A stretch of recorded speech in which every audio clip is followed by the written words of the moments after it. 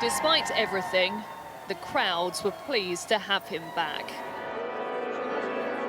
Walking into St Paul's for an event that meant the world to him. Family were waiting, but not the royal side.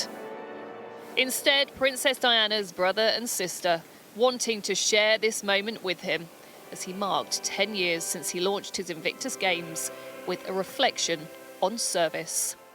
Now there are varieties of gifts, but the same spirit. And there are varieties of services, but the same Lord.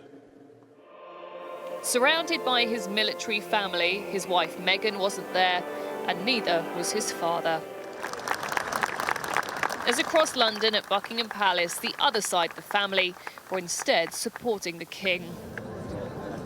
At his first garden party since being diagnosed with cancer, apparently one of the events that made meeting Harry impossible.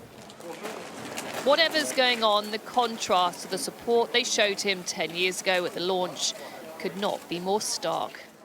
For anyone who was hoping for any signs of reconciliation, that phrase that his father had other priorities does not read well. You then couple it with the fact that the Windsors seem to have snubbed the event here and the Spencers turned up.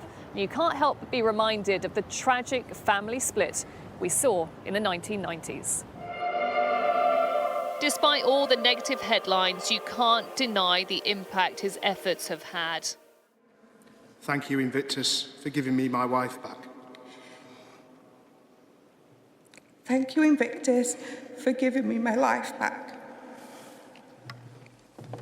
Former GB captain David Wiseman is now on the board, a good friend of Harry, and keen that all he's achieved isn't overlooked.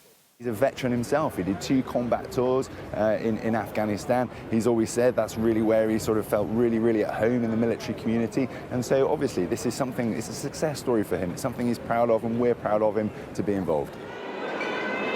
The departing walkabout was brief and carefully controlled.